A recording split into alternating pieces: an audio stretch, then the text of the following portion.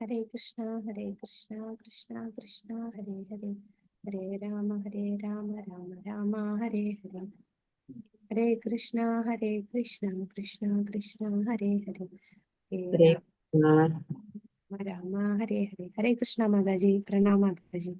प्रणाम. ഹരേ കൃഷ്ണ. हरे कृष्ण माताजी. प्रणाम माताजी. പ്രണാം മാതാജി. ജയ രാധാ മാധവ കുഞ്ച ബിഹാരി, ജയ രാധാ മാധവ കുഞ്ച ബിഹാരി, ഗോപി ജനവല്ലഭ ഗിരിവരധാരി, ജയ ജനവല്ലഭ ഗിരിവരധാരി, യശോദനന്ദന വ്രജ ജനരഞ്ജന, യശോദനന്ദന വ്രജ ജന, യശോദനന്ദന വ്രജ ജനരഞ്ജന, യമുന തീരാ വനചാരി, യമുന തീരാ വനചാരി, ജയോ രാധാ മാധവ ജയ കുഞ്ച ബിഹാരി, ജയോ രാധാ മാധവ ജയോ കുഞ്ച ബിഹാരി. ഹരേ കൃഷ്ണ കൃഷ്ണ കൃഷ്ണ ഹരേ ഹരേ, ഹരേ രാമ രാമ രാമ ഹരേ ഹരേ കൃഷ്ണ കൃഷ്ണ കൃഷ്ണ ഹരേ ഹരേ, ഹരേ രാമ രാമ രാമ ഹരേ ഹരേ. ഹരേ കൃഷ്ണ. പ്രണാം മാതാജി. ഹരേ കൃഷ്ണ. हरे कृष्ण. ഹരേ കൃഷ്ണ. हरे कृष्ण माताजी. ഹരേ കൃഷ്ണ സിന്ധു മാതാജി. പ്രണാം. हरे कृष्ण माताजी. प्रणाम. ഹരേ കൃഷ്ണ. പ്രണാം മാതാജി. ഹരേ കൃഷ്ണ. ഓം നമോ ഭഗവതേ വാസുദേവായ. ഓം അജ്ഞാനതിമിരാന്ധസ്യ ജ്ഞാനാഞ്ജനശലാകയ ചക്ഷുരുന്മീലിതം യേന തസ്മൈ ശ്രീഗുരുവേ നമഃ. നമോ വിഷ്ണുപാദായ കൃഷ്ണപ്രേഷ്ഠായ ഭൂതലേ ശ്രീമതേ ഭക്തിവേദാന്ത സ്വാമിനിധി നാമിനെ. നമസ്തേ സരസ്വതേ ദേവേ ഗൗരവാണി പ്രചാരിണേ നിർവിശേഷ ശൂന്യവാദി പാശ്ചാത്യ ദേശധാരിണേ. ജയ ശ്രീകൃഷ്ണ ചൈതന്യ പ്രഭു നിത്യാനന്ദ ശ്രീ അദ്വൈത ഗദാധര ശ്രീവാസാദി ഗൗരഭക്തവൃന്ദ. ഹരേ കൃഷ്ണ കൃഷ്ണ കൃഷ്ണ ഹരേ ഹരേ, ഹരേ രാമ രാമ രാമ ഹരേ ഹരേ, ഹരേ കൃഷ്ണ കൃഷ്ണ കൃഷ്ണ ഹരേ ഹരേ, ഹരേ രാമ രാമ രാമ ഹരേ ഹരേ, ഹരേ കൃഷ്ണ കൃഷ്ണ ഹരേ ഹരേ, ഹരേ രാമ രാമ ഹരേ ഹരേ. ഹരേ കൃഷ്ണ. ശ്രീ രാധാഗോവിന്ദ് ടെമ്പിൾ ഇസ്കോൺ മാംഗ്ലൂരിന്റെ ലെവൽ 2 ഭഗവത്ഗീത ക്ലാസ്സിലേക്ക് എല്ലാവർക്കും സ്വാഗതം. കഴിഞ്ഞ ക്ലാസ്സിൽ നമ്മൾ 15ാമത്തെ അധ്യായം വരെയാണ് കണ്ടത്. അപ്പൊ ബാക്കി ഭാഗങ്ങൾ നമുക്ക് ഇന്നത്തെ ക്ലാസ്സിൽ കാണാം. അപ്പോ 15ാമത്തെ അധ്യായം, പിന്നെ നമ്മൾ ഗോലോക ചാർട്ട് ഇന്നലെ കുറച്ച് കണ്ടു. അപ്പോൾ ഇവിടെ നമ്മൾ കണ്ടത് യോഗമിഷ്ട ഭക്തി എന്താന്ന് പറഞ്ഞു. അതിനുശേഷം അനന്യമായിട്ടുള്ള ശുദ്ധഭക്തിയെ കുറിച്ച് പറഞ്ഞു. അപ്പൊ ഭഗവാന്റെ ധാമത്തിൽ എത്തണമെന്നുണ്ടെങ്കിൽ നമ്മൾ ഏത് പ്രാക്ടീസ് ചെയ്താലേ ഭഗവാന്റെ ധാമത്തിൽ എത്താൻ സാധിക്കൂ? ഗോലോക വൃന്ദാവനത്തിൽ എത്തണമെന്നുണ്ടെങ്കിൽ നമ്മൾ എന്തായിരിക്കണം ജീവിതത്തില് പ്രാവർത്തികമാക്കേണ്ടത്? നാമജപം, ഭക്തിയുത സേവനം. അതായത് ഭക്തിയോഗം. നാമജപത്തിലൂടെ മാത്രം. ഹരേ കൃഷ്ണ മഹാമന്ത്രം നാമം ജപിക്കുക, ഭഗവാനെ കുറിച്ച് കേൾക്കുക, ശ്രവണം, കീർത്തനം, വിഷ്ണു സ്മരണം, പാദസേവനം, ഇതെല്ലാം ഏത് യോഗയിലാണ് വരുന്നത്? ഭക്തി യോഗയിലാണ് വരുന്നത്. അപ്പൊ ഭക്തി മാത്രമേ നമുക്ക് ഭഗവാന്റെ ധാമത്തിൽ എത്താൻ സാധിക്കൂ. അപ്പൊ എല്ലാരും ഭക്തിയോഗ ആണ് ചെയ്യേണ്ടത്. അപ്പൊ ആ ധാമത്തിൽ എങ്ങനെയാണ്? അവിടെ ചെന്നാൽ ഈ ദുഃഖപൂർണമായിട്ടുള്ള ലോകമല്ല. ആ ദുഃഖപൂർണമായിട്ടുള്ള ലോകത്തിലേക്ക് നമുക്ക് തിരിച്ചു വരേണ്ടി വരില്ല. ഭഗവാൻ അത് ഉറപ്പ് തരികയാണ്. എന്റെ ഭക്തിയോഗം കൊണ്ട് എന്നെ പ്രാപിച്ചാൽ ആ മഹാത്മാക്കൾ പരിപൂർണത നേടി. അതുകൊണ്ട് അവരിനി ഒരിക്കലും നമ്മൾ ഇന്നലെ കണ്ട 14 ലോകങ്ങൾ അല്ലെ, 14 ലോകങ്ങളും ഭൗതിക ലോകമാണ്. ആ ഭൗതിക ലോകത്തിലേക്ക് തിരിച്ചു വരേണ്ടി വരില്ല. ഹരേ കൃഷ്ണ. അപ്പൊ ഈ ശ്ലോകം ഒന്ന് ചൊല്ലിക്കോളൂ. വിജയശ്രീ മാതാജി. ചൊല്ലാം. ഹരേ കൃഷ്ണ. ഹരേ കൃഷ്ണ. ആ ബ്രഹ്മഭുവനാലോകാ പുനരാവർത്തിനോർജുന മാമുപേത്യതു കൗന്ദേയ പുനർജന്മന വിദ്യതേ. വിവർത്തനം. ഭൗതിക ലോകത്തിൽ സർവോന്നതമായ ഗ്രഹം ബ്രഹ്മലോകം മുതൽക്ക് ഏറ്റവും അധമമായുള്ളതുവരെ ഓരോന്നും ജനന മരണങ്ങൾ ആവർത്തിച്ചു കൊണ്ടേയിരിക്കുന്ന ദുരിതപൂർണമായ സ്ഥലങ്ങളാണ്. കുന്തിപുത്ര, എന്റെ പരമപദത്തിൽ എത്തിയവനാകട്ടെ പിന്നീട് ജന്മമെടുക്കേണ്ടി വരില്ല. ഹരേ കൃഷ്ണ. ഹരേ കൃഷ്ണ. അപ്പൊ വീണ്ടും ഭഗവാൻ പറയാണ്, എന്റെ പരമപദത്തിൽ എത്തിയാൽ ജന്മം എടുക്കേണ്ടി വരില്ല. എന്നാൽ നമ്മൾ ഇന്നലെ കണ്ട ആ 14 ലോകങ്ങളിലും നമ്മൾ എവിടെ പോയാലും, ആ ലോകങ്ങളില് ബ്രഹ്മലോകത്ത് പോയാൽ പോലും ഈ ചാർട്ട് കാണാൻ പറ്റുന്നുണ്ടോ മാതാജി? ചാർട്ട് ഇപ്പൊ കാണുന്നില്ലല്ലോ. ഓക്കെ. അപ്പൊ ഈ ചാർട്ടിൽ നമ്മൾ കണ്ടു ഓരോ ബ്രഹ്മാണ്ടം അല്ലെ, കാരണോദകശായി വിഷ്ണുവിന്റെ രോമകൂപങ്ങളിൽ നിന്ന് ഓരോ ബ്രഹ്മാണ്ടങ്ങൾ ഉണ്ടാകുന്നു. അപ്പൊ ഈ ഒരു ബ്രഹ്മാണ്ടം എന്ന് പറഞ്ഞാൽ ഈ കാണുന്ന എല്ലാ ബ്രഹ്മാണ്ടത്തിലും ഇതുപോലെ 14 ലോകങ്ങളുണ്ട്. അല്ലാതെ ഇവിടെ മാത്രമല്ല ഭൂമി, മറ്റൊരു ബ്രഹ്മാണ്ടത്തിലും ഇതുപോലെ ഭൂമിയുണ്ട്. അപ്പോ ഈ ബ്രഹ്മാണ്ടത്തില് എവിടെ പോയാലും, അതാണ് ആ ബ്രഹ്മ ഭുവനാർ ലോക പുനരാവർത്തിനോ അർജുന. അപ്പൊ ഈ ബ്രഹ്മലോകം മുതൽ ഈ പാതാള ലോകം വരെ എവിടെ പോയാലും നമുക്ക് വീണ്ടും പുനർജന്മം വരും. നമ്മൾ വീണ്ടും ജനന മരണം നമ്മൾ ആവർത്തിച്ചു കൊണ്ടേയിരിക്കും. അപ്പോ ചില ആൾക്കാര് ലക്ഷ്യം എന്ന് പറഞ്ഞാൽ സ്വർഗലോകമാണ്. ഈ സ്വർഗലോകം ഒരുപാട് സുഖസൗകര്യങ്ങളൊക്കെ ഉണ്ട്, പക്ഷെ അത് എല്ലാമല്ല. അവിടുന്ന് നമുക്ക് വീണ്ടും ജനിക്കേണ്ടി വരും. എന്നാൽ മാമുപേത്യാത്ര കൗന്ദേയ, ഭഗവാൻ ധാമത്തിൽ, ഭഗവാന്റെ ധാമം എന്ന് പറയുമ്പോൾ ഭഗവാന്റെ വൈകുണ്ഠ ലോകമുണ്ട്, അതിനും ഉപരിയാണ് ഗോലോക വൃന്ദാവനം. അവിടെ ചെന്നാൽ പുനർജന്മം ഉണ്ടാവുകയില്ല. ഇനി ഇപ്പൊ ശ്രീ സമ്പ്രദായത്തിലുള്ളവര്, ശ്രീ സമ്പ്രദായം എന്ന് പറയുമ്പോൾ നമ്മൾ ഈ തിരുപ്പതി ബാലാജി, ശ്രീരംഗ ക്ഷേത്രം അവിടെയൊക്കെ ഉള്ളവര് ശ്രീ സമ്പ്രദായമാണ് ഫോളോ ചെയ്യുന്നത്. അവര് നാരായണനെയാണ് ഉപാസിക്കുന്നത്. അപ്പൊ നാരായണനെ ഉപാസിക്കുന്നവര് വൈകുണ്ഠ ലോകത്തിലായിരിക്കും എത്തുക.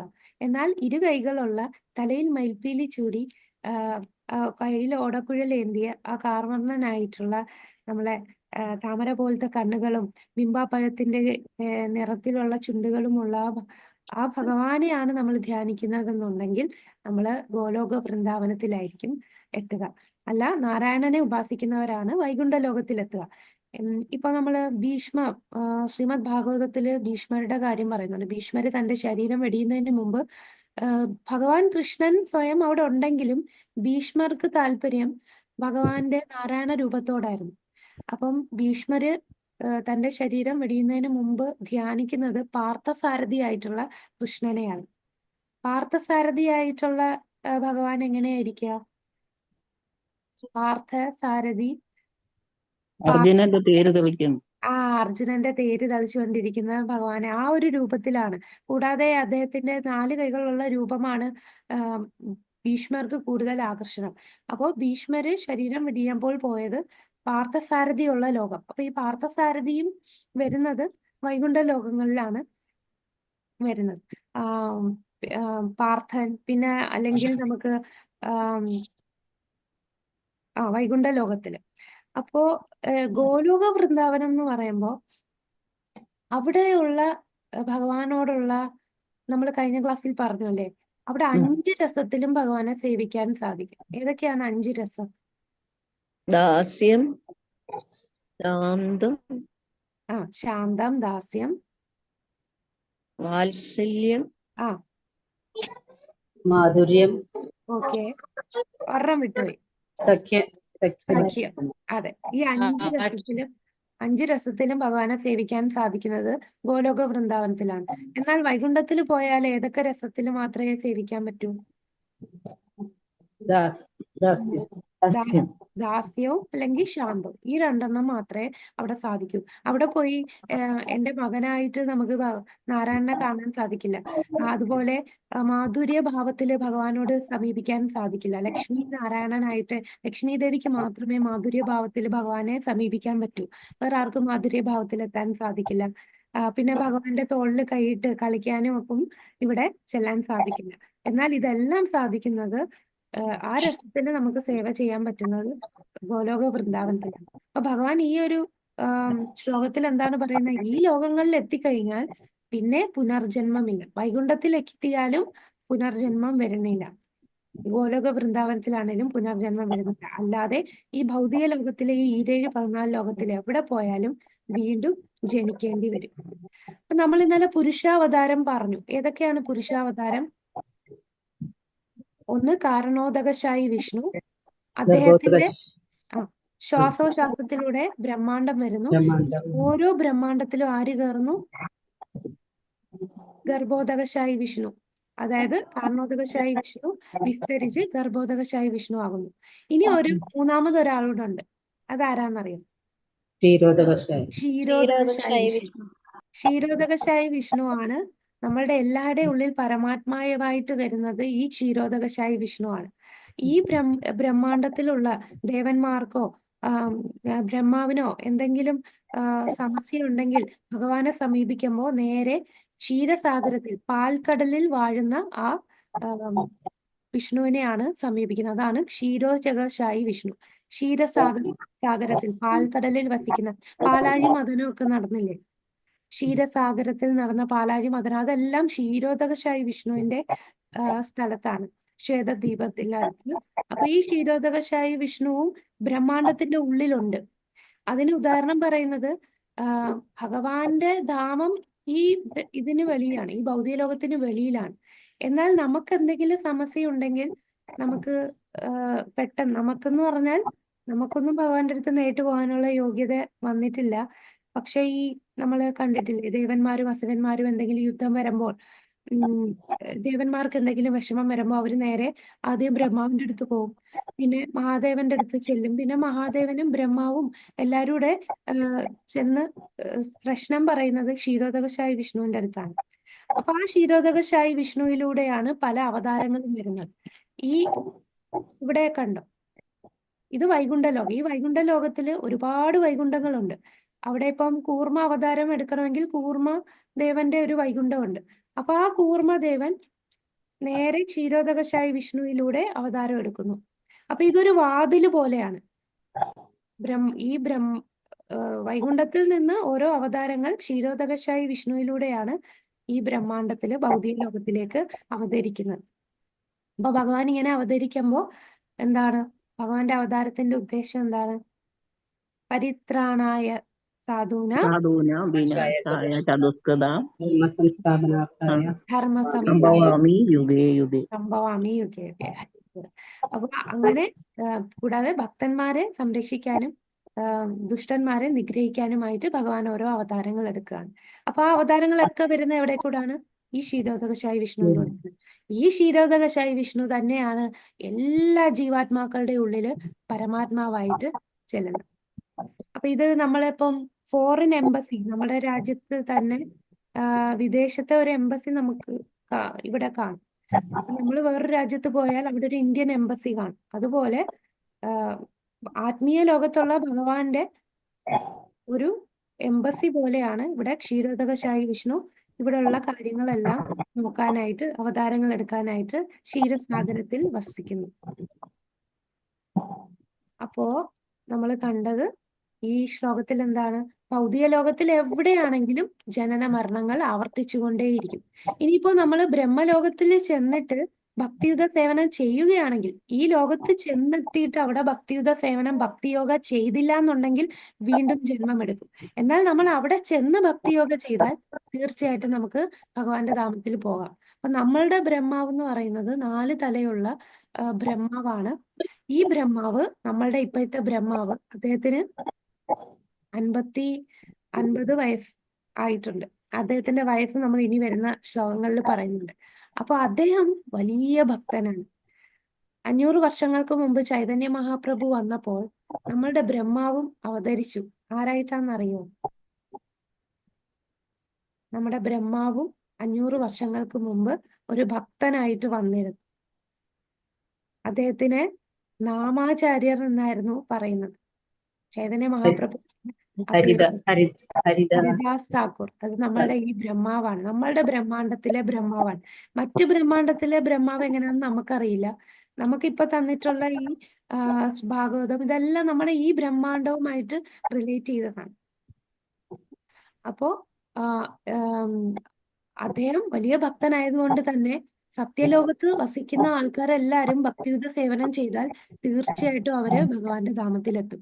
എന്നാൽ ബ്രഹ്മാവിന്റെ സ്ഥാനം കിട്ടിയിട്ടും ഭക്തിയുത സേവനം ചെയ്തില്ല എന്നുണ്ടെങ്കിൽ വീണ്ടും ജനിക്കും. ചിലപ്പോ ഒരു ഉറുമ്പായിട്ട് വരെ ജന്മം കിട്ടും. അപ്പൊ നമ്മൾക്ക് ആ ഒരു സ്ഥാനം കിട്ടി, അവിടെ നമ്മൾ ഭക്തി ചെയ്യുന്നില്ല, നമ്മളുടെ അവിടെ ചെയ്യുന്ന കർമ്മം അനുസരിച്ചായിരിക്കും അടുത്ത ഒരു ജന്മം നമുക്ക് കിട്ടുക. എവിടെ പോയാലും, ഇപ്പൊ സ്വർഗത്ത് പോയാലും നമ്മൾ ഭക്തിയുത സേവനം ചെയ്യുവാണെന്നുണ്ടെങ്കിൽ തീർച്ചയായിട്ടും ഭഗവാന്റെ അടുത്ത് പോകും. പക്ഷെ സ്വർഗത്ത് പോയി കഴിഞ്ഞാലുള്ള പ്രശ്നം, നമുക്ക് അവിടെ പോയ ഭക്തിയുത സേവനം ചെയ്യാൻ തോന്നില്ല. എന്തുകൊണ്ടാണ് ചെയ്യാൻ തോന്നാത്തത്? നമ്മൾ ഭക്തി അവിടുത്തെ സുഖ സുഖസൗകര്യങ്ങൾ സൗകര്യമുണ്ട്. ഇച്ചിരി കൂടുതലാണ്. ഒത്തിരി സുഖം വരുമ്പോ ആരാണ് ദൈവത്തെ ചിന്തിക്കുക? അപ്പൊ അഥവാ ചിന്തിക്കുവാണെങ്കിൽ ഇപ്പൊ ദേവന്മാര് തന്നെ ദൈവത്തെ വിളിക്കുന്ന എപ്പോഴാണ്? അവർക്കൊന്നും വേണ്ട, ഭഗവാനെ മതി എന്ന് പറഞ്ഞാണോ?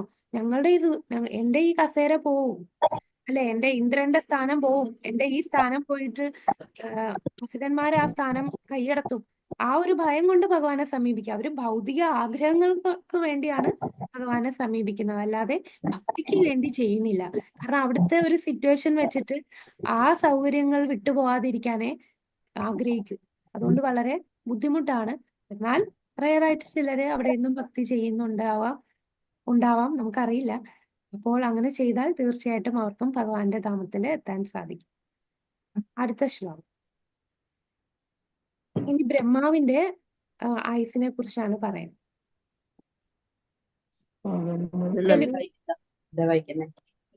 ആരെങ്കിലും ചൊല്ലുന്നുണ്ടോ? ചെല്ലട്ടെ മാതാജി. പ്രസന്നകുമാരി മാതാജി. സഹസ്രയുഗ പര്യന്ത അഹര്യത് ബ്രഹ്മണോ വിദു രാത്രിം യുഗ സഹസ്രാന്താം തേ അഹോരാത്രവിദോ ജന.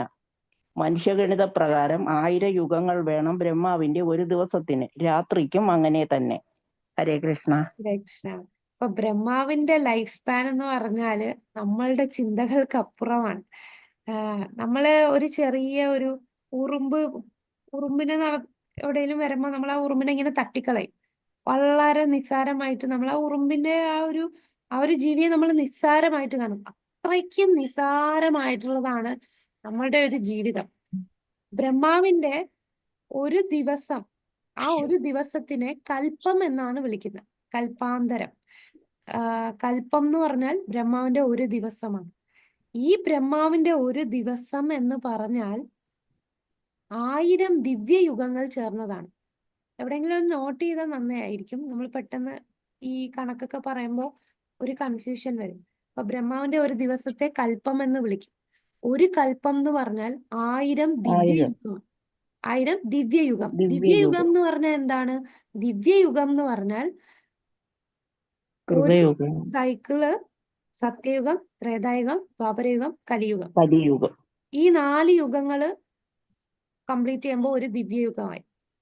അങ്ങനെ 1000 വട്ടം സത്യയുഗം, ത്രേതായുഗം, ദ്വാപരയുഗം, കലിയുഗം. സത്യയുഗം, ത്രേതായുഗം, ദ്വാപരയുഗം, കലിയുഗം. സത്യ, ത്രേത, ദ്വാപര, കലിയുഗം. അങ്ങനെ 1000 വട്ടം ഈ സൈക്കിള് കംപ്ലീറ്റ് ചെയ്യുമ്പോഴാണ് ഒരു കൽപ്പമാകുന്നത്. ബ്രഹ്മാവിന്റെ ഒരു ദിവസമാകുന്നത്. ബ്രഹ്മാവിന്റെ ഒരു ദിവസം എന്ന് പറഞ്ഞാൽ 1000 വട്ടം സത്യ, ത്രേത, ദ്വാപര, കലി ഇങ്ങനെ റൊട്ടേറ്റ് ചെയ്യണം. അതിൽ സത്യയുഗം എന്ന് പറയുമ്പോൾ നമ്മളുടെ കലിയുഗം എത്രയാണെന്നറിയോ? കലിയുഗത്തിന്റെ കാലാവധി. കലിയുഗം എന്ന് പറയുന്നത് 5000 വർഷം. അല്ല 5000 വർഷം 5000 കഴിഞ്ഞു. മൊത്തവും 4,32,000 വർഷമാണ് കലിയുഗത്തിന്റെ കാലാവധി. അതില് നമ്മൾ 5000 വർഷം കഴിഞ്ഞു. 4,32,000 മൈനസ് 5,000. അപ്പൊ അത്രയും ഇനി ബാക്കിയുണ്ട്. ഇനി ദ്വാപരയുഗം എന്ന് പറയുമ്പോ കലിയുഗത്തിന്റെ ഇരട്ടി സമയമാണ് ദ്വാപരയുഗം. 4,32,000 ഗുണം 2. 12,96,000. 12,96,000. അല്ല, 2 ദ്വാപരയുഗം 4,32,000 ഗുണം 2 8,64,000. ഇനി ഈ 4,32,000 ഗുണം 3, ഇതിന്റെ 3 ടൈംസ് ആണ് ത്രേതായുഗം. അതായത് 12,96,000. 12,96,000. ഇനി ഈ 4,32,000 ഗുണം 4, 17,28,000 വർഷങ്ങൾ. അത്രയുമാണ് സത്യയുഗം. അപ്പോ ഇതെല്ലാം കൂടെ കൂട്ടുമ്പോ ഇത്രയും കൽപ്പം. കൽപ്പമല്ല, ദിവ്യയുഗം. ഇതെല്ലാം കൂടെ കൂട്ടുമ്പോ വരുന്നതാണ് ദിവ്യയുഗം. ഇനി ഇത് തന്നെ 1000 വട്ടം ദിവ്യയുഗം, 1000 ദിവ്യയുഗം ചേരുന്നതാണ് ബ്രഹ്മാവിന്റെ ഒരു കൽപ്പം. ദിവസം. ഒരു കൽപ്പം എന്ന് പറഞ്ഞാൽ വെറും ഒരു ദിവസം. ഒരു ദിവസം എന്ന് പറഞ്ഞാൽ പകല് മാത്രമേ ആയിട്ടുള്ളൂ. അപ്പൊ രാത്രി ഇതേ സമയം രാത്രിയും ഉണ്ട്. അപ്പൊ എത്ര നമുക്കൊന്ന് ബ്രഹ്മാവിന്റെ ഒരു മില്ലി സെക്കൻഡ് എന്ന് പറഞ്ഞാൽ നമ്മൾ മരിച്ചു കഴിഞ്ഞു.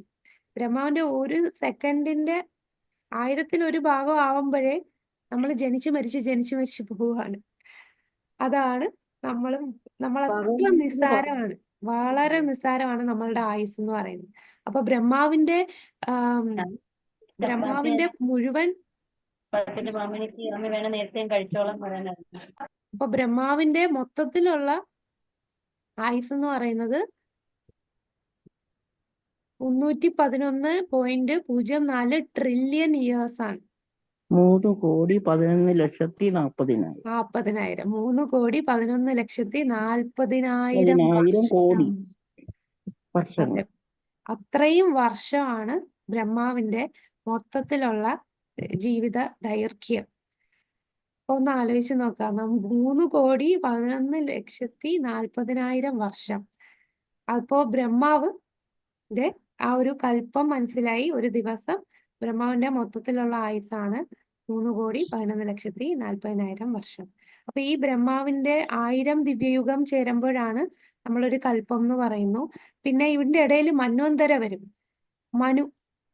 മനു 71 ദിവ്യയുഗം ആകുമ്പോ ഓരോ മന്വന്തര വരും. അപ്പൊ അതാണ് ഈ മന്വന്തര. അതായത് ഒരു മനു ആയിരിക്കും, ഓരോ മനു ആയിരിക്കും അപ്പോ ഇത് ഭരിക്കുന്നത്.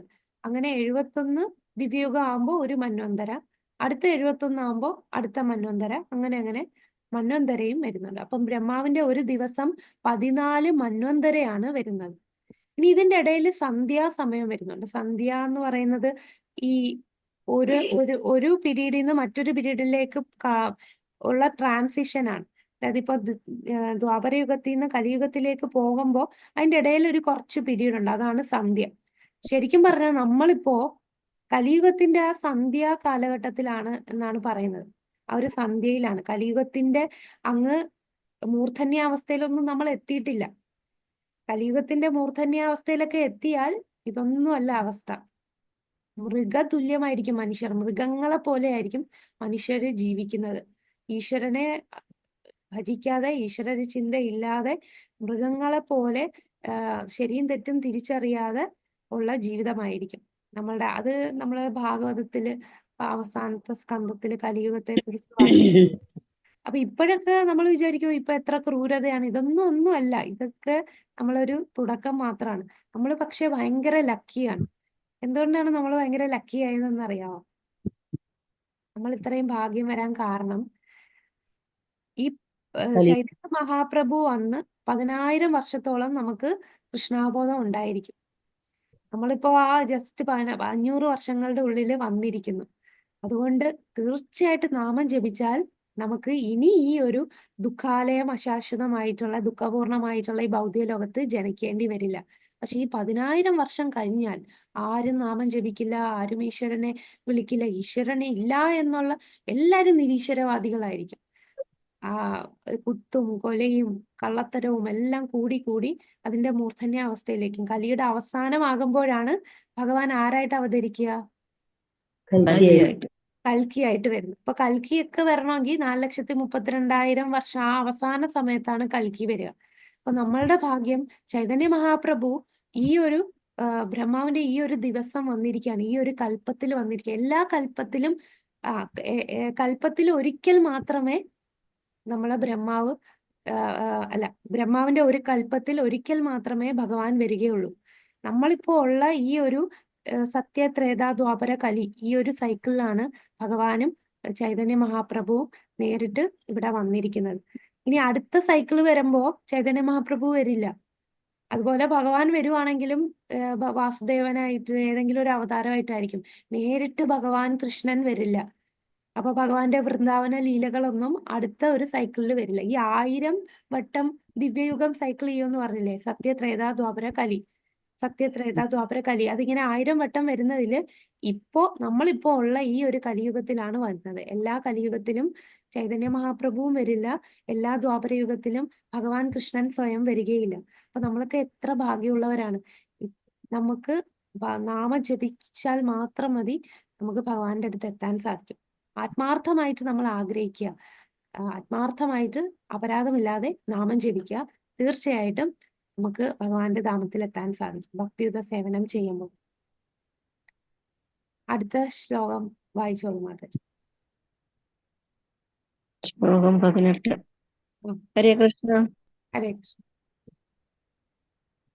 ചൊല്ലട്ടോ. ചൊല്ലുക മാതാജി.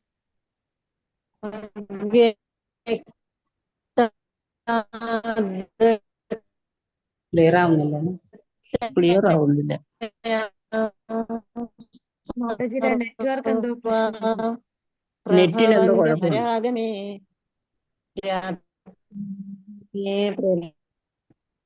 പ്രലീയന്തേ ദൈവാവ്യക്ത സഞ്ജയതേ അവ്യക്താദൃതയാ സർവാ ഭഗവന്ത്യാഃ രാഗമേ രാത്ര്യാഗമേ പ്രലീയന്തേ തത്രൈവാവ്യക്ത സഞ്ജയതേ.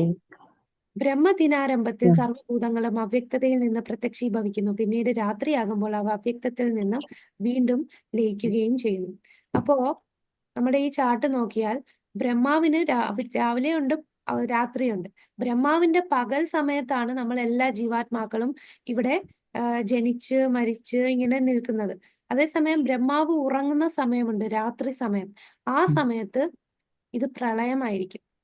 ഈ പ്രളയം എന്ന് പറയുന്നത് പല പ്രളയമുണ്ട്. അതിലൊരു പ്രളയമാണ് ബ്രഹ്മാവിന്റെ രാത്രി സമയം. ബ്രഹ്മാവിന്റെ രാത്രിയിലെ എല്ലാ ജീവജാലങ്ങളും ഗർഭോദകശായി വിഷ്ണുവിന്റെ ഉള്ളിലേക്ക് കടക്കും. എല്ലാ ജീവാത്മാക്കളും ഗർഭോദകശായി വിഷ്ണുവിന്റെ അടുത്തേക്ക് കടക്കും. പിന്നെ ഈ സ്വർഗ ലോകം വരെ ഈ ഗർഭോദക കടലിൽ മുങ്ങിക്കിടക്കും. ആകെ കുറച്ച് ലോകങ്ങൾ, സത്യലോക, തപലോക, ജനലോക, അവിടെ ഉള്ളവർ മാത്രമേ ആ സമയത്ത് ഉണ്ടാവുകയുള്ളൂ. ബാക്കിയെല്ലാം ഈ കടലിന്റെ അടിയിലായിരിക്കും. അപ്പൊ ഈ ജീവാത്മാക്കൾ എവിടെ പോവും? ഗർഭോദകശായി വിഷ്ണുവിന്റെ ഉള്ളിൽ കയറും. ഇനി അടുത്ത ബ്രഹ്മാവിന്റെ അടുത്ത രാവിലെയായി, ബ്രഹ്മാവിന്റെ പകലാകുമ്പോ ഒന്നേന്ന് ബ്രഹ്മാവ് സൃഷ്ടി തുടങ്ങും. ബ്രഹ്മാവ് ആണ് സൃഷ്ടി ചെയ്യുന്നത്, അല്ലെ? അപ്പൊ ആ സൃഷ്ടി ചെയ്യാനുള്ള ജീവാത്മാക്കളെല്ലാം വരുന്നത് നമ്മൾ കണ്ടു. ജീവാത്മാക്കളെല്ലാം ഭഗവാന്റെ ദൃഷ്ടിയിലൂടെയാണ് രമാദേവിയുടെ നിഴലായിട്ടുള്ള മായാദേവിയിൽ നിക്ഷേപിക്കുന്നത്. അത് ശംഭു ആണ് നിക്ഷേപിക്കുക. അത് നമ്മൾ പറഞ്ഞു. ആ ജീവാത്മാക്കള് ഇവിടെ ബ്രഹ്മാവ് സൃഷ്ടിച്ചതിന് ശേഷം ബ്രഹ്മാവിന്റെ രാത്രി സമയം പ്രളയം വരികയും ഈ ജീവാത്മാക്കളെല്ലാം ഗർഭോദകശായി വിഷ്ണുവിന്റെ ഉള്ളിലേക്ക് കടക്കുകയും ചെയ്യുന്നു. ഇനി ബ്രഹ്മാവിന്റെ അടുത്ത പകലാകുമ്പോൾ വീണ്ടും ഒന്നേന്ന് ബ്രഹ്മാവ് വീണ്ടും സൃഷ്ടിക്കുകയാണ്. അപ്പൊ ഈ ഗർഭോദകശായി വിഷ്ണുവിൽ നിന്ന് ആ ജീവാത്മാക്കള് വീണ്ടും ഓരോ ശരീരം സ്വീകരിക്കുകയാണ്.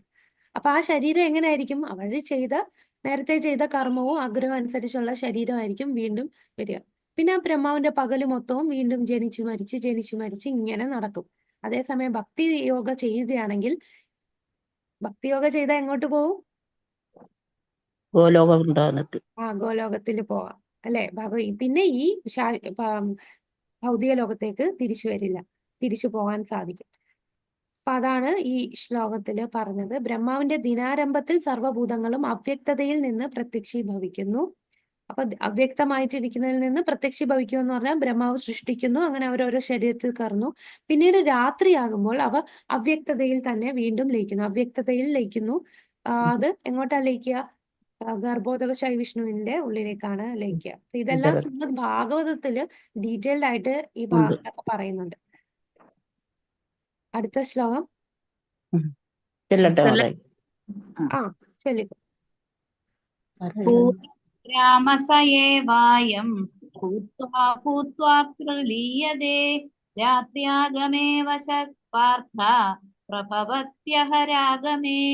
ഹരേ കൃഷ്ണ. വീണ്ടും വീണ്ടും ബ്രഹ്മദിന ആരംഭത്തോടെ സകല ഭൂതജാലങ്ങളും ഉളവാകുന്നു. ക്രമത്തിൽ അവയെല്ലാം നിസ്സഹായമായി നശിക്കുന്നു. ഹരേ കൃഷ്ണ. അപ്പൊ നേരത്തെ പറഞ്ഞ പോലെ തന്നെ ബ്രഹ്മാവിന്റെ ദിനമാകുമ്പോൾ വീണ്ടും വീണ്ടും ഇവിടെ വരുന്നു, ഓരോ ലോകത്തിലേക്ക് അവർ പോകുന്നു. ബ്രഹ്മാവിന്റെ രാത്രിയാകുമ്പോൾ അവരുടെ ഈ ശരീരം അവര് നശിച്ചിട്ട് നേരെ ആ ജീവാത്മാക്കളെല്ലാം ഗർഭോദകശായ വിഷ്ണുവിലേക്ക് പോകുന്നു. ആ സമയത്തുണ്ടാകുന്ന പ്രളയമാണ് ഇത്രയും ലോകത്തിലേക്ക് ഈ ജലം കയറും. അപ്പൊ ഇങ്ങനെ സംഭവിച്ച ഒരു പ്രളയത്തിന്റെ ഇടയിലാണ് നമ്മളുടെ ഭൂമി ഇടയ്ക്ക് അതിന്റെ സ്ഥാനത്തിൽ നിന്ന് ഈ ഗർഭോദക കടലിനകത്ത് വീണു പോകും. അപ്പം ബ്രഹ്മാവിന്റെ പകലാകുമ്പോൾ ഈ ജലമെല്ലാം താഴേക്ക് പോകും. ബ്രഹ്മാവിന്റെ രാത്രിയാകുമ്പോൾ ഈ ജലം കയറി പ്രളയമാകുന്നു. ഇനി വേറൊരു പ്രളയമുണ്ട്. ബ്രഹ്മാവിന്റെ കാലാവധി കഴിയുമ്പോൾ, അപ്പൊ ബ്രഹ്മാവിന് 100 വർഷമാണ് ബ്രഹ്മാവിന്റെ ആയുസ്സെങ്കിൽ, ബ്രഹ്മാവിന് 100 വർഷം കഴിഞ്ഞു കഴിഞ്ഞാൽ ഉണ്ടാകുന്ന ഒരു പ്രളയമുണ്ട്. ആ സമയത്ത് ഈ ബ്രഹ്മാണ്ടമെല്ലാം കാരണോദകശായി വിഷ്ണുവിന്റെ ഉള്ളിലേക്ക് കയറും. അപ്പൊ ജീവാത്മാക്കളെല്ലാം എവിടെ പോവും? ബ്രഹ്മാവിന്റെ ആയുസ് കഴിയുമ്പോ കാരണോദകശായി വിഷ്ണുവിന്റെ ഉള്ളിലായിരിക്കും ജീവാത്മാക്കൾ വരിക. അതായത് കാരണോദകശായി വിഷ്ണു ശ്വാസം എടുക്കുകയാണ്. ശ്വാസം എടുക്കുമ്പോൾ ബ്രഹ്മാവിന്റെ ആയുസ് കഴിയും, ശ്വാസം വിടുമ്പോ ബ്രഹ്മാവ് ജനിക്കുന്നു. പിന്നെ ഇവിടെ അപ്പൊ 2 പ്രളയം ഞാൻ പറഞ്ഞു. ഒന്ന് ബ്രഹ്മാവ് ഉറങ്ങുന്ന രാത്രി, ബ്രഹ്മാവിന്റെ രാത്രിയിൽ ഒരു പ്രളയം കാരണം അത് മൊത്തത്തിലുള്ള പ്രളയമല്ല, പകുതിയാണ് അവിടെ പ്രളയം ഉണ്ടാകുന്നത്. ഈ സ്വർഗലോകം വരെ പ്രളയം വരും. ഇനി ബ്രഹ്മാവിന്റെ ആയുസ് കഴിയുമ്പോൾ ഒരു പ്രളയമുണ്ട്. ആ പ്രളയത്തില് ഈ ബ്രഹ്മാണ്ടമെല്ലാം കാരണോദകശായി വിഷ്ണുവിന്റെ ഉള്ളിലേക്ക് കയറും. അപ്പൊ ജീവാത്മാക്കളെല്ലാം ഇദ്ദേഹത്തിന്റെ കാരണോദകശായി വിഷ്ണുവിന്റെ ഉള്ളിലായിരിക്കും. ഇനി കാരണോദകശായി വിഷ്ണു ശ്വാസം വിടുമ്പോ വീണ്ടും ബ്രഹ്മാണ്ടങ്ങൾ വരുന്നു, വീണ്ടും പുതിയ ബ്രഹ്മാവ് ജനിക്കുന്നു. ആ ബ്രഹ്മാവ് വീണ്ടും സൃഷ്ടി നടത്തുന്നു. പിന്നെ വീണ്ടും ബ്രഹ്മാവിന്റെ രാത്രി വരുന്നു. രാത്രി വരുമ്പോ ജീവാത്മാക്കൾ എങ്ങോട്ടാ പോവുക? കാരണോദകശായി വിഷ്ണുവിന്റെ ഉദരത്തിൽ. ഗർഭോദകശായി. ഇനി ബ്രഹ്മാവിന്റെ ഫുൾ ആയുസ് കഴിയുമ്പോ എങ്ങോട്ട്? കാരണോദകശായി വിഷ്ണുവിന്റെ ഉള്ളിലേക്ക് പോകും. അപ്പൊ അത് പൂർണ്ണമായിട്ടുള്ള പ്രളയമാണ്. അപ്പൊ എല്ലാ ലോകവും ഇല്ലാതാവും. പിന്നെ ഒന്നേന്ന് അടുത്ത ബ്രഹ്മാവ് വന്ന് സൃഷ്ടി തുടങ്ങുകയാണ്. ബ്രഹ്മാവിന്റെ എല്ലാ ദിവസവും സൃഷ്ടി നടക്കുകയാണ്. അപ്പൊ ബ്രഹ്മാവിന്റെ രാവിലെ എന്ന് പറഞ്ഞാൽ നമ്മള് ഇന്ന് രാവിലെ നമുക്ക് കഴിഞ്ഞ ദിവസത്തേക്ക് ഓർമ്മയുണ്ട്. പക്ഷെ ബ്രഹ്മാവിന്റെ രാവിലെ എന്ന് പറഞ്ഞാൽ വീണ്ടും ഒന്നേന്ന് ബ്രഹ്മാവ് സൃഷ്ടി ചെയ്യുകയാണ് ചെയ്യുന്നത്. അപ്പൊ ബ്രഹ്മാവിന്റെ ഒരു ദിവസം എത്രാന്ന് നമ്മൾ കണ്ടു. 1000 ദിവ്യയുഗങ്ങൾ ചേർന്നാണ് ഒരു ദിവസം എന്ന് പറഞ്ഞാൽ ഒരു പകല്. അതേപോലെ 1000 ദിവ്യയുഗങ്ങളുടെ സമയം എടുക്കും ഒരു രാത്രി. അത്രയും സമയം നമ്മൾ ഗർഭോദകശായി വിഷ്ണുവിന്റെ ഉള്ളിലാണ്, അത്രയും സമയം. അപ്പൊ ഈ കണക്കൊന്നും നമ്മളുടെ ബുദ്ധിക്ക് ഒതുങ്ങുന്നതല്ലല്ലേ, നമുക്ക് ചിന്തിക്കുന്നതിന് അപ്പുറമാണ്. ഒരു ദിവ്യയുഗം എന്ന് പറഞ്ഞത് മാതാജി? അത് 4 സൈക്കിള്. സത്യയുഗം, ത്രേതായുഗം, ദ്വാപരയുഗം, കലിയുഗം. 4 സൈക്കിൾ അല്ല, ഈ 4 യുഗങ്ങളും കഴിഞ്ഞ് ഒരു സൈക്കിളാണ്. സത്യയുഗം, ത്രേതായുഗം, ദ്വാപരയുഗം, കലിയുഗം. ഇത് ഒരു ദിവ്യയുഗം. അങ്ങനെ 1000 ദിവ്യയുഗം ബ്രഹ്മാവിന്റെ ഒരു കൽപ്പം, ഒരു രാത്രിയും പകലും, അങ്ങനെ അല്ലേ? അതെ. ഒരു പകലാണ് 1000, രാത്രിയും കൂടെ ചേരുമ്പോ 2000 വരും. 2000. ഹരേ കൃഷ്ണ. 20-ാമത്തെ ശ്ലോകം വരുന്നുണ്ട്. പെട്ടെന്നായിക്കോട്ടെ, നമുക്ക് ഇനി 8 ശ്ലോകങ്ങളോടെയാണ്. ആരാ വായിക്കുന്നത്? ആരുമില്ല. ആരെങ്കിലുമൊക്കെ വായിക്കൂ. ആ ഞാൻ ഇന്ദിരാ വായിക്കട്ടെ മാതാജി, മാതാജി. വേഗം വായിച്ചോളൂ. നമുക്ക് വായിക്കൂ. ഗീതാ മാതാജി ആണോ? വായിക്കട്ടെ. വായിച്ചോളൂ. പരസ്തസ്മാത്തു ഭാവോ അന്യോ അവ്യക്തോ അവ്യക്ത സനാതനഃ യാ സർവേഷു ഭൂതേഷു നശ്യതി വിനശ്യതി. ഹരേ കൃഷ്ണ. വ്യക്തവും അവ്യക്തവുമായ ഭൗതിക പ്രകൃതിക്ക് അതീതമായി സനാതനമായ മറ്റൊരു വ്യക്തിഭാവമുണ്ട്. സമത്കൃഷ്ടമായ അതിന് ഒരിക്കലും നാശമില്ല. സ്വർഗാവസാനത്തിലും അത് അതുപോലെ നിലനിൽക്കുന്നു. ഹരേ കൃഷ്ണ. ഹരേ കൃഷ്ണ. അപ്പൊ ഈ ശ്ലോകത്തിൽ പറയുന്നത് എവിടെയാണ്? അതായത് നമ്മൾ ഈ ഭൗതിക ലോകത്തിൽ നിന്ന് പുറത്തു പോയി, ഈ ഭൗതിക ലോകം മാത്രമല്ല, ഇതിന് ഉത്കൃഷ്ടമായിട്ടുള്ള, ഇതിന് അതീതമായിട്ടുള്ള, സനാതനമായിട്ടുള്ള ഒരു മാറ്റവും ഇല്ലാത്ത, നാശമില്ലാത്ത ഒരു ലോകമുണ്ട്. അത് ഏത് ലോകത്തെ കുറിച്ചാണ് ഇവിടെ പറയുന്നത്? ഏതാണ്? ഗോലോക ഭഗ വൃന്ദാവനം. ഗോലോക വൃന്ദാവനവും അതുപോലെ വൈകുണ്ഠവും ഇതൊന്നും നാശമില്ല. ഇവിടെ ജനന മരണമില്ല. നമ്മളുടെ ഈ ഇവിടെ പ്രളയം വരുന്ന എല്ലാ ജീവാത്മാക്കളും പോകുന്നു, അങ്ങനെ ഒന്നും സംഭവിക്കില്ല. ഇവിടെ ഒരു പ്രളയവും നടക്കില്ല. എപ്പോഴും സനാതനമായിട്ട് അവിടെ ഭഗവത് സേവനം നടന്നുകൊണ്ടിരിക്കുകയാണ്. ഇപ്പോഴും അവിടെ ഒരുപാട് ജീവാത്മാക്കൾ, ശുദ്ധമായിട്ടുള്ള പരിശുദ്ധതയിൽ പൂർണ്ണത എത്തിയ ജീവാത്മാക്കളെല്ലാം ഈ വൈകുണ്ഠത്തിലും ഗോലോക വൃന്ദാവനത്തിലും എല്ലാം സേവ ചെയ്തുകൊണ്ടിരിക്കുകയാണ്. അപ്പൊ അവിടെ മരണമില്ല, ജനന മരണം, ജന്മമൃത്യു ജരാവ്യാധി ഇല്ല, അതിഭൗതിക ആധ്യാത്മിക ആദിദൈവിക ക്ലേശങ്ങളൊന്നുമില്ല. എല്ലാരും അവിടെ ഒരു പ്രളയമോ ദുഃഖമോ ഒന്നുമില്ല. ദുഃഖമില്ലാത്ത വൈകുണ്ഠം, കുണ്ഠിതങ്ങളില്ലാത്ത സ്ഥലമാണ് വൈകുണ്ഠം. അങ്ങനെയുള്ള ലോകവും ഉണ്ട്. അപ്പൊ ഭഗവാന്റെ ധാമത്തെ കുറിച്ചാണ് ഇവിടെ പറയുന്നത്. അതെപ്പോഴും അതേപോലെ നിൽക്കുന്നു. അടുത്ത ശ്ലോകം. ആരും ശ്ലോകം ചൊല്ലാനില്ല എന്നുണ്ടെങ്കിൽ നമുക്ക് പെട്ടെന്ന് ചൊല്ലാം. ഹരേ കൃഷ്ണ. പരമാംഗതി യം പ്രാപ്യനേ തഥാമ പരമം മമ. ഹരേ കൃഷ്ണ. വേദാന്തികൾ അവ്യക്തമെന്നും അക്ഷയമെന്നും വിശേഷിപ്പിക്കുന്നതും പരമമായ പ്രാപ്യസ്ഥാനമെന്നറിയപ്പെടുന്നതും ഒരിക്കൽ എത്തിച്ചേർന്നാൽ പിന്നെ മടങ്ങി വരേണ്ടതില്ലാത്തതുമാണ് പരമധാമം. ഭഗവാന്റെ ധാമം എങ്ങനെയാണ്? ഒരിക്കൽ എത്തിക്കഴിഞ്ഞാൽ പിന്നെ ഒരിക്കലും തിരിച്ചു വരേണ്ടി വരില്ല. വേദാന്തികൾ അവ്യക്തമെന്നും അക്ഷയമെന്നും വിശേഷിപ്പിക്കുന്നതും പരമമായ പ്രാപ്യസ്ഥാനം എന്നറിയപ്പെടുന്നതും ഒരിക്കലും തിരിച്ചു വരേണ്ട. അപ്പൊ ഭഗവാന്റെ ധാമത്തെ കുറിച്ച് ബ്രഹ്മസംഹിതയില് ബ്രഹ്മാവിന്റെ പറയുന്നുണ്ട്. ചിന്താമണി പ്രകര സത്മശു കൽപവൃക്ഷ ലക്ഷാവൃതേഷു സുരഭിരഭിപാലയന്തം. അപ്പൊ ആ ശ്ലോകത്തിൽ പറയുന്നത് ചിന്താമണി ധാമമാണ്, സർവാഭിലാഷങ്ങളുടെയും നിറവേറ്റുന്നതാണ് എന്നാണ് ഭഗവാൻ കൃഷ്ണന്റെ പരമധാമത്തെ ബ്രഹ്മസംഹിത പറയുന്നത്. തങ്ങൾക്ക് ഇഷ്ടപ്പെട്ട ഭക്ഷ്യസാധനങ്ങൾ നൽകുന്ന കൽപ്പവൃക്ഷമുണ്ട്. കൽപ്പവൃക്ഷം എന്ന് പറഞ്ഞാൽ എന്തും തരുന്ന ഒരു വൃക്ഷം. നമ്മളുടെ ഇപ്പം മാവിന് ഒരു മാങ്ങ മാത്രമേ തരാൻ പറ്റൂ. ഒരു ആപ്പിൾ മരത്തിന് ആപ്പിൾ മാത്രമേ തരാൻ പറ്റൂ, അല്ലെ?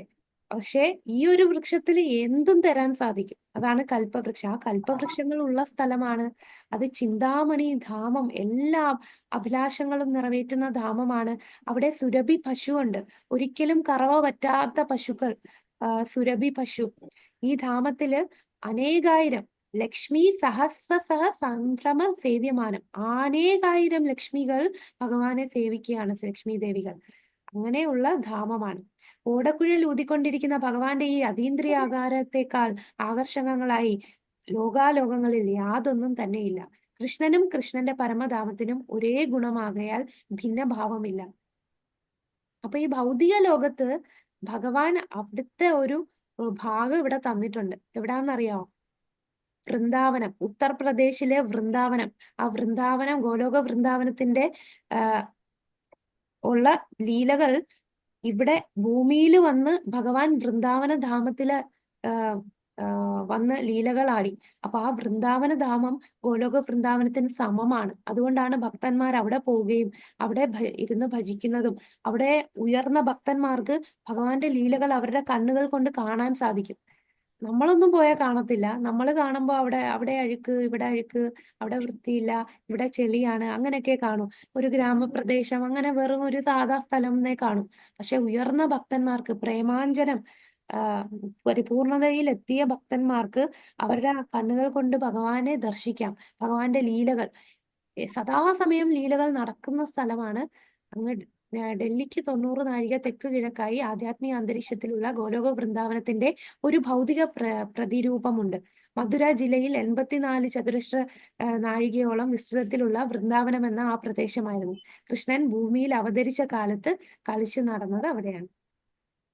അടുത്ത ശ്ലോകം മനോരമ മാതാജി ചൊല്ലാമോ? മാതാജി ഹരേ കൃഷ്ണ മാതാജി പ്രണാമം. ഹരേ കൃഷ്ണ. പുരുഷാസ പരം പാർത്ഥ ഭക്ത്യാ ലഭ്യസ്തനന്യയാ യസ്യാന്താസ്ഥാനി ഭൂതാനി യേന സർവമിദം തദം. ശുദ്ധമായ ഭക്തി കൊണ്ട് മാത്രം പ്രാപ്യനാണ് സർവരിലും മഹത്തമനായ ആ പരമദിവ്യോത്തമ പുരുഷൻ. സ്വധാമ സ്ഥാനത്തെങ്കിലും സർവവ്യാപിയും സർവത്തെയും ഉൾക്കൊള്ളുന്നവനുമാണ് അദ്ദേഹം. ഹരേ കൃഷ്ണ. ഹരേ കൃഷ്ണ. അപ്പൊ നമുക്ക് ആ ഭഗവാനെ പ്രാപ്യമാകണമെങ്കിൽ എന്ത് ചെയ്താലേ സാധിക്കൂ? ശുദ്ധ ഭക്തി കൊണ്ട് മാത്രമേ ഭഗവാനെ സമീപിക്കാൻ പറ്റൂ. ഭക്തിയാമാം അഭിജാനാതി എന്നാണ് ഭഗവാൻ പറയുന്നത്. ഭക്തി കൊണ്ട് മാത്രം. അല്ലാതെ നമുക്ക് ഒരുപാട് കഠിനമായിട്ട് ഉള്ള വ്രതം നമ്മൾ കാട്ടിൽ പോയി ധ്യാനിക്കുക ഒന്നും ചെയ്താൽ കിട്ടില്ല ഭഗവാന്. ശുദ്ധ ഭക്തി, നമ്മളുടെ ഉള്ളിൽ അന്യാഭിലാഷിത ശൂന്യം, മറ്റ് ആഗ്രഹങ്ങളൊന്നും ഇല്ലാതെ ഭഗവാനെ മാത്രം കിട്ടുക എന്നുള്ള ചിന്തയോടെ നമ്മൾ ഭഗവാനെ സേവനം ചെയ്താൽ നമുക്ക് ആ ഒരു സ്ഥലത്ത് ഭഗവാന്റെ ആ ധാമത്തിലെത്താൻ സാധിക്കും. ഭഗവാനുള്ള ഭക്തിയിൽ, പ്രേമത്തിലെത്താൻ സാധിക്കും. അപ്പൊ ഭഗവാൻ തന്റെ ധാമത്തിൽ ഗോലോക വൃന്ദാവനത്തിലാണ് സ്ഥിതി ചെയ്യുന്നതെങ്കിലും എല്ലായിടത്തും ഭഗവാൻ സ്ഥിതി ചെയ്യുന്നു. സർവ്വവ്യാപിയാണ്, സർവ്വതിലും ഉൾക്കൊള്ളുന്നു. നമ്മളെ എല്ലാവരുടെയും ഉള്ളിൽ പരമാത്മാവായിട്ട് ഭഗവാൻ വരുന്നുണ്ട്. ഒരു ജീവാത്മാവിന് ഭഗവാൻ അത്ര ആഗ്രഹിക്കുന്നു നമ്മൾ തിരിച്ചു പോകാൻ. നമ്മളൊക്കെ അവിടെ നിന്ന് കുരുത്തക്കേട് കാണിച്ച് ഇവിടെ വന്നതാണ്. നമുക്ക് ഭഗവാനോടൊരു അസൂയയൊക്കെ തോന്നിയിട്ട് വന്നതാണ്. പക്ഷെ ഭഗവാൻ ആഗ്രഹിക്കുന്നു നമ്മൾ തിരിച്ചു വരാൻ. അപ്പോൾ ഭക്തി ചെയ്താൽ, ശുദ്ധമായ ഭക്തി ചെയ്താൽ നമുക്ക് ഭഗവാന്റെ അടുത്ത് എത്താൻ സാധിക്കും. ഭഗവാൻ എപ്പോഴും തന്റെ പരമധാമത്തിലാണെങ്കിലും ഭൗതിക ശക്തിയാൽ അവിടുന്ന് സർവ്വവ്യാപിയായിരിക്കുന്നു. ഭൗതികവും ആത്മീയവുമായ ലോകങ്ങളിൽ തന്റെ ഭൗതികവും ആത്മീയവുമായ ശക്തികളിലൂടെ അദ്ദേഹം സർവ്വവ്യാപിയാണ്. അപ്പൊ ഈ ഭൗതിക ലോകത്തുള്ള ശക്തിയും ഭഗവാന്റേതാണ്, ആത്മീയ ലോകത്തുള്ള ശക്തിയും ഭഗവാന്റേതാണ്. എല്ലായിടത്തും ഭഗവാന്റെ ശക്തിയാണ്. സർവ്വവ്യാപിയായിട്ട് ഭഗവാന്റെ ശക്തി എല്ലായിടത്തും പടർന്നിരിക്കുന്നു. കൃഷ്ണന്റെ പരമപദത്തിലോ എണ്ണമറ്റ വൈകുണ്ഠങ്ങളിലോ എത്തിച്ചേരാൻ ഭക്തി കൊണ്ട് മാത്രമേ കഴിയൂ. നമ്മൾ നേരത്തെ കാണിച്ച ആ വൈകുണ്ഠ ലോകത്തിലും ഗോലോക വൃന്ദാവനത്തിലും എങ്ങനെ എത്താൻ സാധിക്കൂ?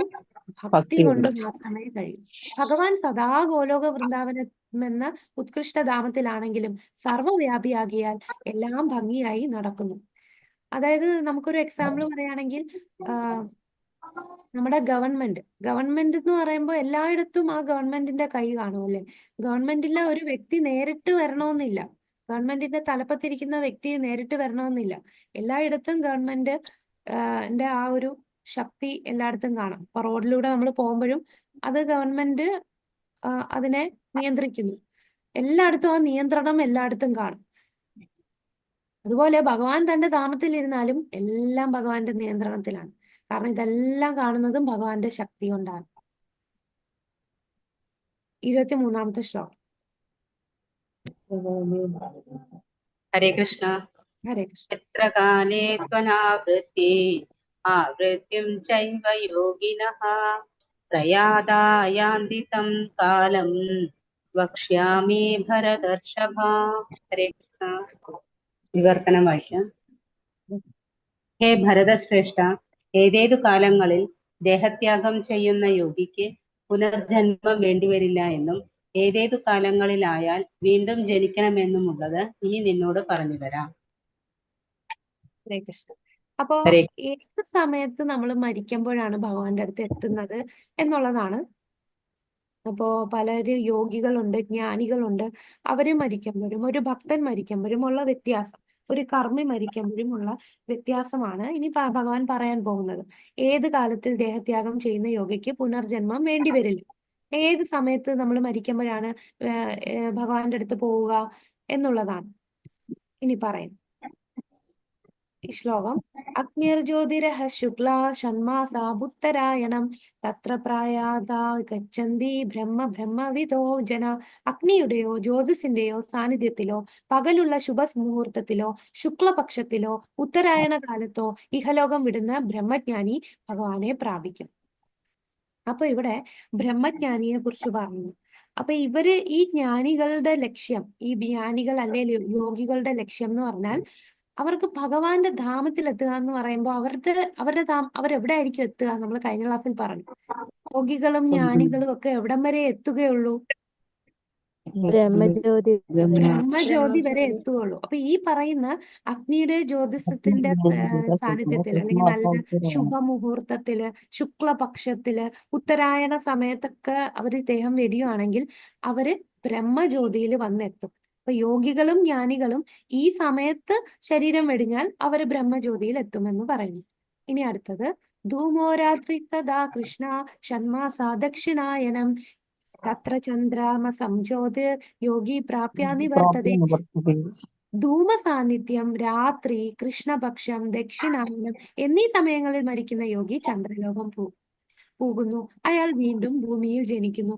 അപ്പൊ ഇവിടെ കർമ്മകാണ്ഡം ഫോളോ ചെയ്യുന്ന ആൾക്കാരുടെ കാര്യമാണ് പറയുന്നത്. നേരത്തെ പറഞ്ഞത് യോഗികളുടെയും ജ്ഞാനികളുടെയും കാര്യമാണ്. അവർ ഇന്ന കാര്യങ്ങളിൽ ശരീരം വെടിയാണെങ്കിൽ ബ്രഹ്മജ്യോതിയിൽ എത്തും. ഇവിടെ പറയുന്ന ഈ ധൂമ സാന്നിധ്യം അല്ലെ രാത്രി, കൃഷ്ണപക്ഷം, ദക്ഷിണായനം ഈ സമയത്തിൽ മരണം സംഭവിക്കുന്നവർക്ക് ചന്ദ്രലോകത്തിലെത്താം. പക്ഷേ ചന്ദ്രലോകം എന്ന് പറയുന്നത് എവിടെയാണ്? ഭഗവാന്റെ ധാമത്തിൽ അങ്ങ് എത്തിയോ? ചന്ദ്രൻ എവിടെയാ? ഭൗതിക ലോകത്താണോ? ഭൗതിക ലോകത്ത്. ഭൗതിക ലോകത്താണ്. ചന്ദ്രലോകം എന്ന് പറഞ്ഞാൽ ഭഗവാന്റെ ധാമമല്ല. കാരണം അവര് കർമ്മകാണ്ഡികളാണ്. കർമ്മകാണ്ഡി എന്ന് പറഞ്ഞാൽ നമ്മളെ വേദങ്ങളില് നമുക്ക് ഭൗതിക ആഗ്രഹങ്ങൾ സാധിക്കാൻ വേണ്ടി പല യജ്ഞങ്ങൾ പറയും. ഇന്ന യജ്ഞം ചെയ്താൽ നിങ്ങൾക്ക് ധനം ലഭിക്കാം, പുത്രനെ ലഭിക്കണമെങ്കിൽ ഇന്ന യജ്ഞം ചെയ്യാം. ചിലർക്ക് ആഗ്രഹം ഈ ഭൂമിയിൽ ജനിക്കണ്ട, അവർക്ക് സ്വർഗത്തിലും അല്ലെ ചന്ദ്രലോകത്തിലും അവിടെയൊക്കെ പോയി ജനിക്കണം എന്ന് ആഗ്രഹമുള്ളവർ കാണും. അങ്ങനെയുള്ളവര് ഇതുപോലെ വേദങ്ങളിൽ പറഞ്ഞിട്ടുള്ള ആ യജ്ഞങ്ങൾ ചെയ്യും.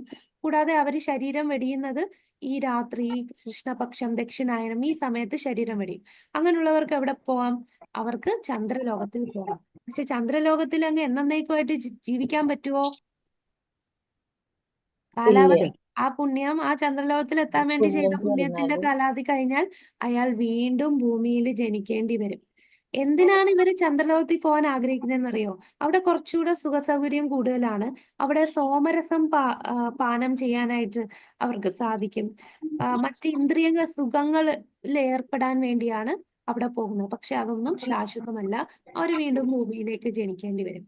ഭൂമിയിൽ ജനിച്ച് ഭക്തി ചെയ്തില്ല എന്നുണ്ടെങ്കിൽ വീണ്ടും ആ ബ്രഹ്മ പുനരാവർത്തിനോർജുന. നേരത്തെ ഭാഗം പറഞ്ഞില്ലേ, ബ്രഹ്മലോകം തൊട്ട് ഭൂമിയിലോ മറ്റേത് ലോകത്ത് പോയാലും വീണ്ടും ജനിക്കേണ്ടി വരും. ഭക്തി ചെയ്താൽ അവർക്ക് ഭഗവാന്റെ ധാമത്തിൽ എത്താം. അടുത്ത ശ്ലോകം.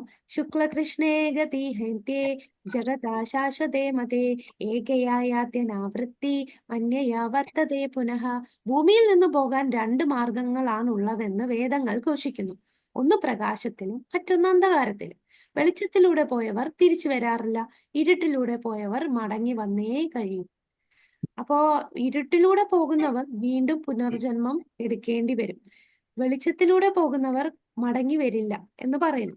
പക്ഷെ ശരിക്കും ഇതിനകത്ത് എന്താണ് ഇതിന്റെ അർത്ഥം എന്ന് പറഞ്ഞാല്, ഈ വെളിച്ചം എന്ന് പറയുമ്പോ ഒരുപാട് ആൾക്കാര് ഭക്തി ചെയ്യാതെ, ഭക്തിയുത സേവനമോ ഈ വേദങ്ങൾ പറഞ്ഞ പ്രകാരം ഒന്നും ചെയ്യാതെ അവർ ഏത് വെളിച്ചത്തിൽ പോയാലും അവർ ചെയ്ത കർമ്മഫലത്തിൽ വീണ്ടും ജനിക്കേണ്ടി വരും. അതേസമയം അവര് വേദങ്ങൾ പ്രകാരമാണ്, ഇപ്പം നേരത്തെ പറഞ്ഞില്ലേ, യോഗികളും ജ്ഞാനികളും അവരതനുസരിച്ച് അവര് തപശ്ചര്യകൾ ചെയ്തിട്ടുണ്ടെങ്കിൽ അവരുടെ ശരീരം വെളിച്ചത്താണ് ശരീരം വെടിയുന്നുണ്ടെങ്കിൽ അവർക്ക് നേരെ ബ്രഹ്മജ്യോതിയിൽ പോകാൻ സാധിക്കും. എന്നാൽ ഇരുട്ട് സമയത്താണ് ശരീരം വെടിയുന്നതെങ്കിൽ അവർ വീണ്ടും ജനിക്കേണ്ടി വരും. അപ്പൊ നേരത്തെ നമ്മൾ ചന്ദ്രനിൽ പോകുന്നവരെ എപ്പോഴാണ്? അവര് രാത്രി സമയത്താണ് ശരീരം വെടിയുന്നത്. അങ്ങനെയുള്ളവർ ചന്ദ്രലോകത്ത് പോവും, കുറെ കഴിഞ്ഞ് വീണ്ടും ഭൂമിയിൽ ജനിക്കേണ്ടി വരും. അടുത്ത ശ്ലോകം. നൈതേ ശ്രുതി പാർത്ഥ ജാനന്യോഗീ മുഹ്യത്തി കശ്ചന തസ്മാത് സർവേഷു കാലേഷു യോഗയുക്തോ ഭവാർജുന.